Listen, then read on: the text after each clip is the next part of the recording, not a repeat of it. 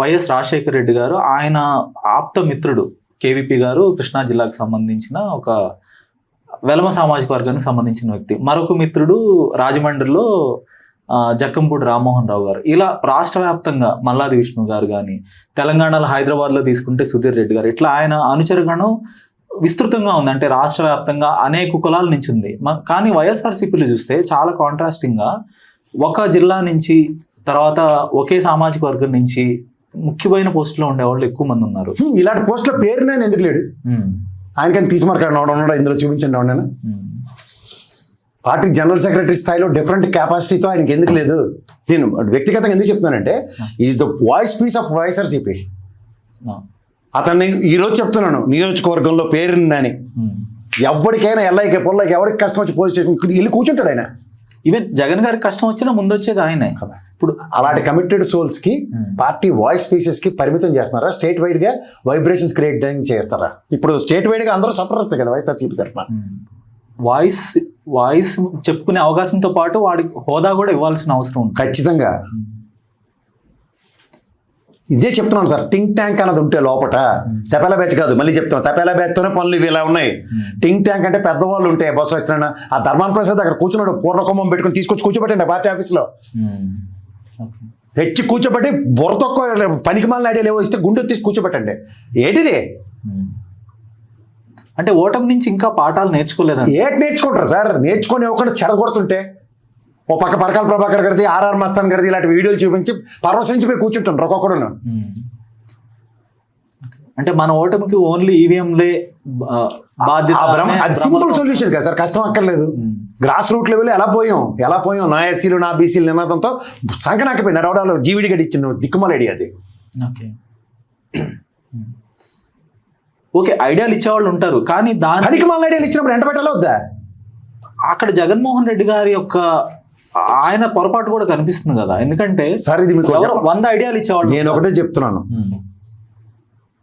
గాంధారి ధృతరాష్ట్రులకి దుర్యోధనుడి మీద ప్రేమతో గంతలు కట్టు కూర్చుని చూస్తే కుదరవు. కలుది బయటికి రండి మిస్టర్ జగన్మోహన్ రెడ్డి గారు, దయించి బయటికి రండి. కుర్చీ హాల్లో వేసుకుని కూర్చోండి రాజశేఖర రెడ్డి గారి విగ్రహం ముందున. పరుగులు ఎలా ఉంటాయి చూద్దరు. కానీ అంటే చాలా మంది వైసీపీ శ్రేణులు అక్కడున్న సలహాదారులనో లేదంటే సలహాలు ఇచ్చిన వారినో తిడుతుంటారు, అంటే వాళ్ళు విమర్శలు చేస్తూ ఉంటారు. ఎవరిని తిట్టరు, ఓన్లీ సజ్జల మీద పడిపోతారు అందరూ. సజ్జల గారు చాలా సాఫ్ట్ టార్గెట్ అందరికి, హ్యాపీ టార్గెట్. ఎందుకంటే ఆయన రియాక్ట్ అవ్వడు. ఆయన రియాక్ట్ అవ్వడం కాదు, వీళ్ళందరినీ నెత్తిన పోస్తుండే ఈ చెత్త అంతటి. కానీ సలహాలు తీసుకుంటున్న వ్యక్తి గురించి మనం ఏం చెప్పాలి? అంటే జగన్మోహన్ రెడ్డి గారు కూడా ఆయనకంటూ ఒక డిస్క్రిప్షన్ ఉండాలి కదా. ఉందండి, ఆయనకి డిస్క్రిప్షన్ ఇవ్వకుండా తీసుకెళ్తున్న విషయాల మీద ఇంట్రస్పెక్ట్ చేసుకోలేనా? ఒక ఇష్యూని ఆయనకి ప్రాబ్లం ఏంటనుకుంటారు, అధికారం వచ్చిన దగ్గర నుంచి ఆ జీవిడి చేసి పనులు అంటే ఆ పేపర్లు చదివాడు కాదు, పేపర్లు చదివాడు అంటాడే. ఆ దిక్కుమాల పేపర్లో ఉన్న వార్తలు వాళ్ళు ఎలాగో నెగిటివ్ రాస్తారని వదిలేసేవారు. మీకు మళ్ళీ చెప్తున్నాను, యనమల గారిని ఎగ్జాంపుల్ చెప్తున్నాను. యనమల గారు సాక్షి చదువుతారు టు సెన్స్ దట్. అంటే మన శత్రువు ఏం చేస్తుంది, మన విరోధి ప్రత్యర్థి. తెలుగుదేశం సక్సెస్ ఏంటంటే సాక్షి పేపర్ చదవడం, న్యూస్ చూడడం అండ్ మూవ్స్ ఆఫ్ కోర్టులు పెట్టి లోపల ఇన్ఫర్మేషన్ అంతా లాగడం. మీకు ఇంకా ఎన్నోసార్లు చెప్పాను నేను, ఆయన జీవో రిలీజ్ చేసినాక మధ్యాహ్నం కోర్టులో స్టే ఆర్డర్ ఉండిద్ది దాని మీద. అంత చక్కగా పనిచేశారు ఆ దద్ది బ్యాచ్ అంతా. అప్పుడే కదా ఒక ఎంఆర్ఓ గారు వెళ్ళి జగన్మోహన్ రెడ్డి గారిని అందరినీ తోసుకొని లోపలికి వెళ్ళి చెప్పిన తర్వాతే దాని పర్యవసానాలు వేరేగా ఉన్నాయి. అంటే పర్యవసానాలు వేరే అవడానికి జగన్మోహన్ రెడ్డి గారికి తెరలు కడుతున్నారు. ఆ తెరలు కట్టిన ఎంట పెట్టండి, సామర్థ్యం ఉన్న వాళ్ళని యూటిలైజ్ చేయండి. 3 ఏళ్ళు పుణ్యకాలాన్ని దరిద్రంతో ముడిపెట్టి పనులు చేయకండి. ఎందుకంటే ఇది చాలా సెన్సిటివిటీ. ఈ 3 ఏళ్ళు జగన్మోహన్ రెడ్డి గారిలో ఉన్న పోరాట పటిమలు బయటికి రాకుండా. సార్ మీరు భాష సినిమా చూడండి ఒకసారి, జగన్మోహన్ రెడ్డి గారు మీరు కూడా అందులో భాష ముందు చేసిన పనులకి పరివర్తన చెంది మారాడు, తర్వాత మళ్ళీ భాష అయ్యాడు. అంచేత మీరు భాషగా మొదలెట్టిన ప్రస్థానంలో మళ్ళీ భాష కింద కాకుండా మాణిక్యం ఠాకూర్ కబుర్లు చెప్పకండి. మీకు అర్థమైందా? మళ్ళీ భాషగా మారాలి. ఎస్, అగ్రెసివ్ నోట్లో ఉన్నాడు జగన్మోహన్ రెడ్డికి. ఇవాళ మాస్ ఫాలోయింగ్, మీ అందరూ ఫాలోవర్లు, మీరందరూ ఫాలోవర్లు దేనికి అవుతారండి? అతనిలో ఉన్న హీరోజం అంటే ఏంటంటే ప్రజాస్వామ్యంలో విప్లవాత్మకమైన లీడర్ కింద ఎస్టాబ్లిష్ చేయడైనా స్పాన్ ఆఫ్ నో టైం ఈయన వస్తే ఈ కథ వేర్రా అని. సార్ మరొక ప్రశ్న, అవునండి, ఆ దద్ది భోజనం పెట్టి కూర్చోబెడితే కుదరదు. ఆయనలో 2014 నుంచి 2019 మధ్యలో ఒక అద్భుతమైన ప్రతిపక్ష నేతను చూసాం. అంటే నిత్యం ప్రజల్లో ఉన్నాడు, ప్రజల నుంచి వచ్చే ఫీడ్బ్యాక్ తీసుకున్నాడు.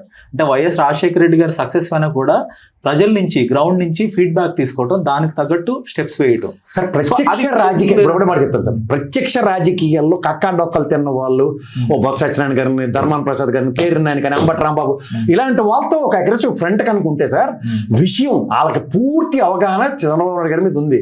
What will be is their next move అని. ఇప్పుడు ఈ చిన్నపిల్లలందరినీ పెట్టుకుని వాళ్ళు మూవ్స్ ఏం చెప్తారు సార్, నాకు అర్థం కదా. ఒక రాజకీయ దురంధరుడు అవతల పక్క చంద్రబాబు నాయుడు టాల్ పర్సనాలిటీ, జగన్మోహన్ రెడ్డి గారికి ఆయుధాలు అలాంటివి ఇవ్వాలి. ఎక్స్పైరీ ప్రొడక్ట్స్ అని జగన్మోహన్ రెడ్డి గారికి ఇచ్చి కూర్చోబెడతారు, because they are not aware of it. ఒకే జిల్లాకి సంబంధించిన వ్యక్తులు, ఒకే సామాజిక వర్గానికి సంబంధించిన వ్యక్తులను చుట్టూతా పెట్టుకోవటం వల్ల ఆయన ఫ్రేమ్ ఆఫ్ మైండ్ సెట్ కూడా ఒకే రకంగా వెళ్ళిపోతుంది. అంటే డిఫరెంట్ పర్స్పెక్టివ్స్ అయితే ఆయన దగ్గరికి రావట్లేదు. వైఎస్ రాజశేఖర రెడ్డి గారి విషయంలో డిఫరెంట్. సింపుల్ గా చెప్తారు, రాజశేఖర రెడ్డి గారితో జయించి పోల్చకండి sir please. That is totally a different genre. ఇక్కడ మీకు ఇప్పుడు చూడండి, మార్వాడి కోట్లు ఉంటాయి. మార్వాడి కోట్లు ఏంటి, కొడుకులు వాళ్ళ అల్లుల్ని ఇళ్ళరకం, ఆడపిల్లలు అయితే అల్లుల్ని ఇళ్ళరకం తెచ్చుకొని వాళ్ళతోనే బిజినెస్ చేస్తారు అనుకోండి. ఆ బిజినెస్ ప్రాస్పెక్టివ్ థాట్ ముసలోడు కోట్లో కూర్చున్నంతగానో ఆడ ఎలా ఆలోచిస్తే ఇల్లు అలాగే ఆలోచించాలి తప్ప సొంత ఆలోచనలు ఉండవు. ఇక్కడ ప్రాబ్లం ఏంటంటే కడప జిల్లా వాళ్ళ పరిధి ఎంతసేపు కడప జిల్లా మేమంటే భయం, మేమంటే భయం. అలా బాలకృష్ణ సినిమాలు చూసి ఎందుకు పనికిరారని నేనే చెప్తున్నాడు కూర్చొని. ఓన్లీ పకోడీ కబుర్లే. అంత కబుర్లు చెప్పిన పులివెందుల ఎలక్షన్లో అందరూ కూర్చుని అని చూసారు, ఎత్తుకెళ్ళిపోయారు వాళ్ళు. ఆయన అధికారంలోకి వచ్చే వరకు ప్రజలతో ఉన్నాడు, అంటే రోడ్ల మీదకి వచ్చేసాడు, ఆయన పాదయాత్రలు చేశాడు. అధికారంలోకి వచ్చిన తర్వాత ఆయన ఇంటికి పరిమితం అయ్యారు, క్యాంప్ ఆఫీస్కి పరిమితం అయ్యారు, చేసేసారు. Please understand. అదే వాళ్ళ నాన్నగారు ముఖ్యమంత్రి అయినా జనంలో కలిసేవాడు రోజుకి, ఈయన కలవలేకుండా చేశారు. అది కుటిల ఆలోచన. కడప జిల్లా రేడియస్ లో ఉన్న వాళ్ళ ఆలోచన ఎలా ఉంటుంది, అలాగే ఉంటుంది. మా నాయకుడు మా దగ్గరే ఉండాలని అలా ఉంచుకున్నారు వాళ్ళు. ఉంచుకోవడం అని స్టేట్ లీడర్, స్టేట్ నాయకుడు, స్టేట్ పార్టీ హెడ్. కానీ ఇంత ఘోర ఓటమి తర్వాత కూడా అది కదిలించలేకపోయింది. ఎందుకు కదిలించలేకపోయింది అంటారు జగన్మోహన్ రెడ్డి గారు? స్టిల్ అదే లెథర్జీ కనపడుతుంది ఆయనలో. చుట్టూ ఉన్నవాళ్ళు సార్, చుట్టూ ఉన్నవాళ్ళు మొత్తం మైండ్ సెట్ని ఇప్పుడు చూడండి. ఆయనకి ఒక క్రిస్టియన్ అపవాదం వచ్చిందని చెప్పి గుళ్ళు గోపురాలు తిప్పుతున్నారు. ఇందులో ఏమైనా లాజిక్ కనబడుతుంది మీకు? Please understand sensitivity. ఇప్పుడు మన మతం మనం పుట్టుకతో వస్తుంది, మన అమ్మ నాన్నల వల్ల మనం తీసుకున్నాం, ఎగ్జాంపుల్ అనుకున్నాం, లేదా కన్వర్టెడ్ అవ్వచ్చు, nothing wrong in it. Constitution allow చేస్తున్నప్పుడు ఇప్పుడు దానికి బిల్డప్ ఎందుకు? లాస్ట్ టైం మా స్కూటర్ మెకానిక్ ఇక్కడ ఉన్నాడు వైజాగ్లో, స్వామీజీ అని నాటకాలు అడిగాడు.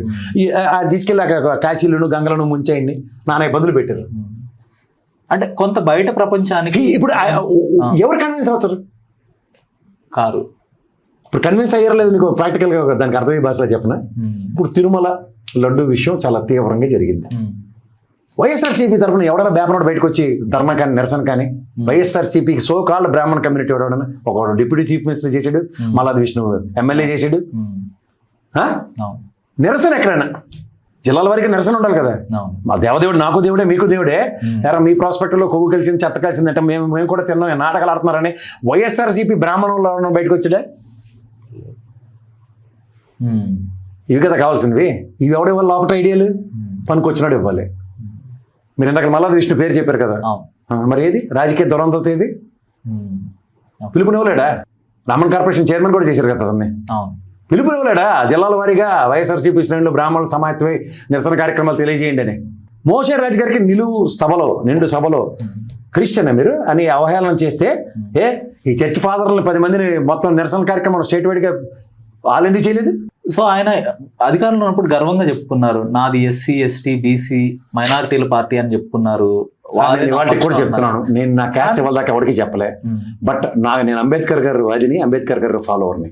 నాకు కులం మతం అతీతంగా సమాజ హితం కోసం నేను ఎవరినైనా I consider them their my brother sisters. So అట్లాంటి కాన్సెప్ట్ ఉండడం తప్పు కాదు, కానీ దాన్ని పెనట్రేట్ చేసే ఉద్దేశంతో దాన్ని కవర్ చేసుకునే దరిద్రాల కంటే ఐడియాలు ఇస్తున్నారు. అది please understand.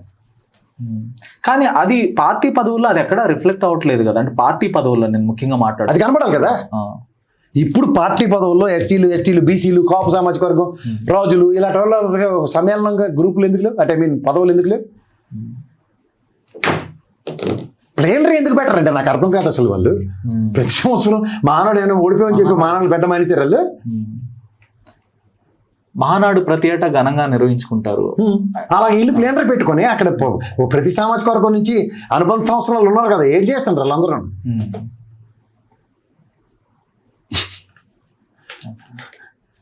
Construction of party is different అండి. ఇప్పుడు నాకైతే పవన్ కళ్యాణ్ని మనం క్రిటిసైజ్ చేస్తున్నాం అందరం, పార్టీ మీద శ్రద్ధ లేదు ఇది లేదని. వీళ్ళకి మాత్రం ఏంటుంది, చుట్టపల్లందరినీ పెట్టి ఏర్పాటు చేశారు పెద్ద సభ బలగం అని. ఏటో ఉంది బలగం సినిమాలో లాస్ట్కి ఏంటి నాన్ వెజ్ భోజనం కోసం కొట్టుకున్నట్టు కొట్టుకునే పరిస్థితి వస్తుంది. సో ఓవరాల్ గా లోపం ఎక్కడుందంటే ఏం చెప్తారు? అంటే అధినేతలో ఉందా, ఆయన చుట్టూతో ఉన్న వ్యక్తుల్లో ఉందంటారా? చుట్టూ వాళ్ళు మిస్లీడ్ చేస్తారు ఆయన. డైరెక్ట్గా ఆయననే అంత ఇది మనకు లేదు కానీ చుట్టూ వాళ్ళు మిస్లీడ్ అయితే మిస్లీడ్ చేస్తుంటే మిస్లీడ్ అవుతున్నాడు ఆయన. కానీ ఒక గ్రేట్ లీడర్ అనేది మిస్లీడ్ అవ్వకూడదు కదా, తనే దిశానిర్దేశం చేయాలి కదా. ఆయనలో జగపతి బాబుకి వచ్చిన పరివర్తన రావాలండి. ఐఎమ్ నాట్ హీరో మెటీరియల్ అన్నట్టు. అలా నేను పార్టీ అధినేతనన్న కన్వెన్షన్ ఆయనకి రావాలి. ఓకే, ఇప్పుడు మీకు చెప్పాలంటే జగపతి బాబు గారు హీరో కాదన్న దగ్గర ఆయన స్ట్రగుల్ ఎంత దాకా వచ్చింది, తర్వాత మళ్ళీ సక్సెస్ చూసాడు. అప్పటిదాకా ఆ స్ట్రగుల్ పీరియడ్ జగన్మోహన్ రెడ్డిది. తెలుసో తెలియక స్ట్రగుల్ పీరియడ్లోకి నెట్టేశారు ఆయన్ని. ఓ ప్రజానాయకుడికి ప్రజలకు దూరం చేస్తే ఎలా ఎలాబరేట్ చేస్తారు మీరు చెప్పండి? ఆయనకి మళ్ళీ అర్థం అవ్వాలంటే ఆయన బయటకు వస్తే జనాలు ఎలా వస్తున్నారో చూడండి. ఒళ్ళిపోయి కాలంగా రారు కదా ఎవరు. ఓకే, ముఖ్యంగా నాయకులు కార్యకర్తలు అంటే పార్టీ ఆఫీస్లో ఉండే వ్యక్తుల కన్నా కూడా ఆయన ఐపాక్ ఇచ్చిన నివేదికల వల్ల లేదంటే మరికొన్ని అదృశ్య శక్తుల నివేదికల వల్ల ఆయన మిస్లీడ్ అయ్యారంటే ఏమంటారు? అది 100%. పొద్దున్న తెల్లవారుజామున దరిద్రుడు ఒకడు అక్కడ కోర్టు ఆపరేషన్కి బలైపోయిన జగన్మోహన్ రెడ్డి. రెండోది ఈ ఐపాక్ రిషి అనే బుర్ర కదా, అడవడ బీఆర్వడను తొక్క తోటకూరగాయలు తెచ్చి మన్నెత్తికి పెట్టబెట్టాడు. నాకు అర్థం కాదు, అది భాష లేదా అదవులకి సగం మంది అదవులకి. అది ఏ జిల్లాకి వెళ్ళి ఎవరితో కోఆర్డినేట్ చేసినా సర్వనాశనం చేసి చచ్చారు. ఆ ఎమ్మెల్యే మాట వినివిడు కదా. ఎమ్మెల్యేలు గంటల పనికిమాలేదో కోసం వెయిటింగ్. ఆడేమో ఆడపిల్లలను పెట్టి ముచ్చట్ల పనికిమాలేదో రిషిగాడు చెప్పు తీసుకుని ఆ రోజు ఎవడైనా ఈ రాయలసీమలో ఇంతమంది పెద్ద పెద్ద పోటుగాళ్ళు ఉన్నారు కదా, చెప్పు తీసుకుని ఏదో ఒక ఆ రోజు కొట్టుంటే సగం ప్రాబ్లం సాల్వ్ అయ్యింది. అడుగురు కూడా కదా జగన్మోహన్ రెడ్డి, సార్ మీ కూడా చెప్పు తీసుకు కొట్టాడంటే చెప్పుతో కొట్టమేటా చంపి పడేయాలి గాడి కొడుకుని అన్ని విషయాలు అప్పుడే చెప్పుందరు కదా. అందరూ పులిహార పిసుక్కుని జేబులో జంతికలు వేసుకొని పిసుకొని పోయారు. ఇప్పుడు చస్తున్నారు ఏడ్చుకొని. ఏం లాభం?